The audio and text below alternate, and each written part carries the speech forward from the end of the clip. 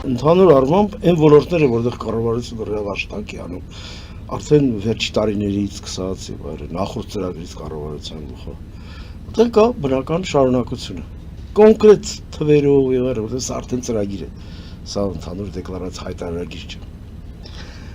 Դա վերաբերում է ճանապարհաշինությանը, դպրոցական շինարարությանը, դպրոցների գյուղատնտեսության ոլորտում, ոռոգերի տարածքների հետ կապված, բնապահպանության որոշ ուղղությունների հետ կապված կա այդ ուղղությունը, բայց կան ոլորտներ, որտեղ շատ քիչ է մի տեսակ շատ пассив են անհրաժարվում եւ շատ հակիրճ։ Եվրոմիության հետ կապված մեր ամբողջ հարաբերությունները 2-3 абզաց է, որ հա մենք այդ ուղղությամբ աշխատելու ենք, նշված է միայն վիզաների ազատականացումը, որը ռեալ է եւ կոնկրետ առաջիկա երևի թե ամիսներին։ Չէ, ասեն մինչև 29 թիվ։ Կարծում եմ մեզնից է կախված, թե ինչքանով դա արագ լինի։ Եվ մնացածը ընդհանուր մի նախադասությամբ, որ մենք աշխատելու ենք ելնելով այն օրենքի պահանջներից, որ ընդունվեց Եվրոմիության անդամություն։ Սա հայտարարություն է, բայց սա ծրագիր չի, իսկ ներկայացված ծրագիր է, դա պտիրուների ճանապարհային քարտեզը։ Ստեղ ինչ ենք անելու։ Այդ նույն դիվերսիֆիկացիայի մասին, որ այսքան խոսում ենք, ինչի կառավարության ծրագրում չկա շեշտադրումներ, նոր շուկաներ փնտրելու, Եվրոմիության շուկա գնալու, դա նաև անվտանգության հետ կապված հարց է, տնտեսական անվտանգության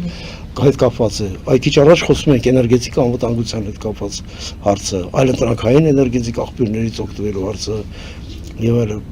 Այնտեղ որտեղ կոնկրետ կա որոշ բան, Եվրոմիության հետ կապված հարաբերություններում շատ пассив է գրված։ Բացատրում են, ասում են գաղտնի ենք պահում, որպեսզի դա այն հարցը չի, որ գաղտնի պահենք։ Կարծես վախենում են ջղայնացնել մեր հյուսիսային հարևանին, բարեկամին ահավոր ձևով, այդպես չի լինի։ Բայց թե չէ նրանք էլ չգիտեն իրենց։ Դիվերսիֆիկացիայի հարցը ամենակարևոր հարցերից մեկն է եւ հենց առաջինը Եվրոմիության շուկայի հետ կապված։ Ինչի՞ այդ մասին խոսք չկա։ Ինչի՞ չկա, թե ինչ ուղղություններով ինչ քաղաքականություն են տարում։ Ես հուսով եմ իհարկե, որ այս ծրագրից հետո հետևելու է ծրագրին ապահովող միջոցառումների ցանկ, որը կառավարությունը պետք է ընդունի հավելվածով մեծ, որոնց արդեն կոնկրետ քայլեր տեղ կգտնեն, բայց նույնիսկ ծրագրում պետք է ծրագրային ճիշտ դրույթներ լինեն։ Կան ոլորտներ, ուղղություններ, որտեղ շատ համեստ ուրեմն ցուցանիշներ են գրված, նպատակներ են գրված, օրինակ հարկեր հնա հարաբերակցությունը հասնել 26%-ի։ Այսօր արդեն 25%։ Վերջի տարիներին 18 թվից սկսած է հաշվենք, մի 3-4%-ային կետով աճել է, ու 2.5-3%-ով։ Այսինքն նպատակների մասին հայտարարություն եք համարում։ Բայց խոսեմ 5%-ի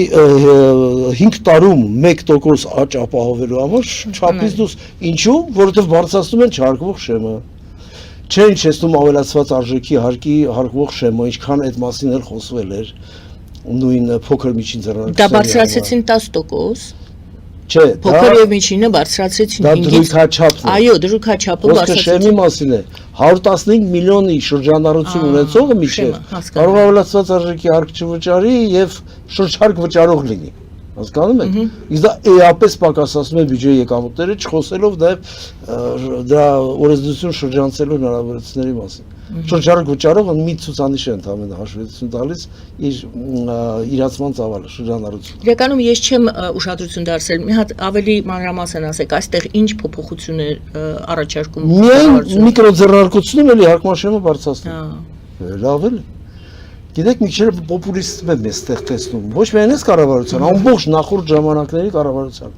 Աջակցում ենք փոքր բիզնեսին, միջին բիզնեսին, դա պետք է խրախուսել, մի քիչ էլ ձայն հավաքելու բաներ են։ Այն միջին փոքր բիզնեսը դա շատ լավ օգտվում է։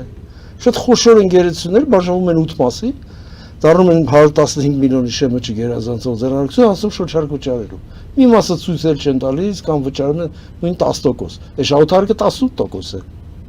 Միայն շահութարկը, չհաշված, որ 20% էլ ավելացված արժեքի հարկա որտի վճարեն։ Եվ օրինապահ շատ հարկատուները գնում են շատ ծանր վիճակի մեջ։ Բայց ինչպես մրցակցել նրանց հետ։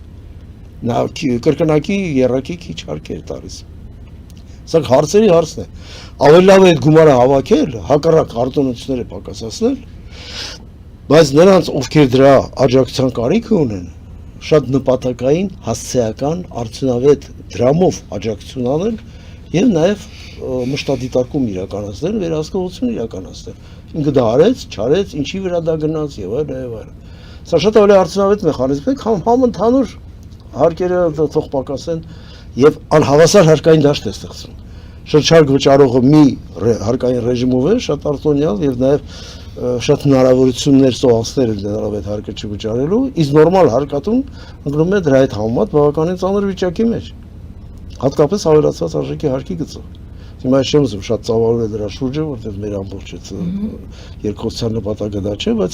այդ բացը կառավարության ծրագրում ես տեսնում եմ կա։ Այս տիպի հրատապ կարևոր հարցեր պետք է անպայման տեղ գտնեն կառավարության ծրագրում։ Հասկանում եք։ Կան որոշ հայտարարություններ, օրինակ ծրագրում, ինչ որ վերաբերում է հոգևոր անվտանգությանը կյանքին, գրված է կաթողիկոսի ազատումը աշխատանքից։ Դա կառավարության ծրագրում գրելու բան չի, դա վայել չի կառավարությունը։ Այսպիսի բանկեր մանավանդ իրավասությունը կառավարության, այդտեղ շատ սահմանափակ է։ Մնացած բոլոր բաները, բարեվարկության կանոնները մտցնել, կանոնակարգերը կատարելագործել, սոցիալական պաշտպանության համակարգը տարածել նաև հոգևորականների վրա, լրիվ կիսում եմ։ Այ դա ճիշտ է, դա քաղաքականություն է։ Հասկանում եք։ Այս տիպի նկատառումներ կան։ Ես իհարկե շատ ավելի մեծ սպասելիքներ ունեմ այդ կառավարության ծրագրին իրականացնելու միջոցառումների ցանկը, որ հրապարակվի եւ կոնկրետ տեսնենք ինչի արվելու։ Հուսով եմ, որ այդ նկատառումները հաշվի կառնեն։ Այս Շանհայյան համագործակցության կազմակերպության անդամակցության հետ կապված խորացնել աշխատանքները անդամակցության ուղղությամբ բաց է մնացել մեզ համար, թե նպատակը ո՞րն է Հայաստանի։ Նույն բալանսավորման քաղաքականությունն է։ Մի կողմից Եվրամիությունն է մտնում։ Որ չնեղացնել նաև Չինաստանին, առաջին հերթին, Ղազախստանի հետ կապ ունենալ, այդ Շանհայի կազմակերպության անդամ երկրների հետ ասելով, որ մենք միակողմանի միայն Եվրամիության են գնում, բա մեր շահերը նաև համընկնում են։ Դե բայց ասելով չէ, Եվ շահերը նաև համընկնում են։ Նույն Թուրքիայի հետ կապված, ես երբեք չեմ հավատա, որ Չինաստանը կարող է հանդուրժի այդ նույն Թուրանի գոյությունը, ինչի մասն է խոսքը, ինքը ուйգուրների մեծ խնդիրի ունի։ Եվ բոլորը գիտեն ինչ հավակնոտ ծրագրեր է Թուրքիան ուզում իրականացնել, ոչ իր անունով, հիմա մեկ Ալիևն է խոսում, պետք է մի ուրիշ կարող է խոսել։ Դա Ալիևը գնաց ամբողջ, տեսեք Ուզբեկստանի հետ ինչ է ինքը փորձում է այդ քաղաքականությունը տանել։ Կենտրոնական Ասիան փորձում է կապել։ Այո, որ իրենք լինեն թուրքանեզու բնակչություն են հատկապես, Տաջիկստանը չի գնում, դա ուրիշ է, չէ՞։ Թուրքմենստանն էլ առանձնապես չի գնում, որովհետև Թուրքմենստանը իր պաշտոնական չեզոք երկրի կարգավիճակը ունի, որը մակում գրանցված է։ Փորձում են այդքից անընդհատ փորձում են տանել։ Դա նկատ չի աշխարհում, ասենց ասենք, սկսած Չինաստանից վերջացրած Հնդկաստանով, որոնց շահերը չեն համընկնում դրա հետ։ Մենք շատ աջակիցներ ունենք այդ առումով, եւ դրանից պետք է օգտվել։ Պետք չի անդադ մտածել հիմա ստեղ բալանսավորեմ, այնտեղ բալանսավորեմ։ Դրան ինչպես կնայի Միացյալ Նահանգները Եվրոմիությունը, դա էլ չէ կարևոր։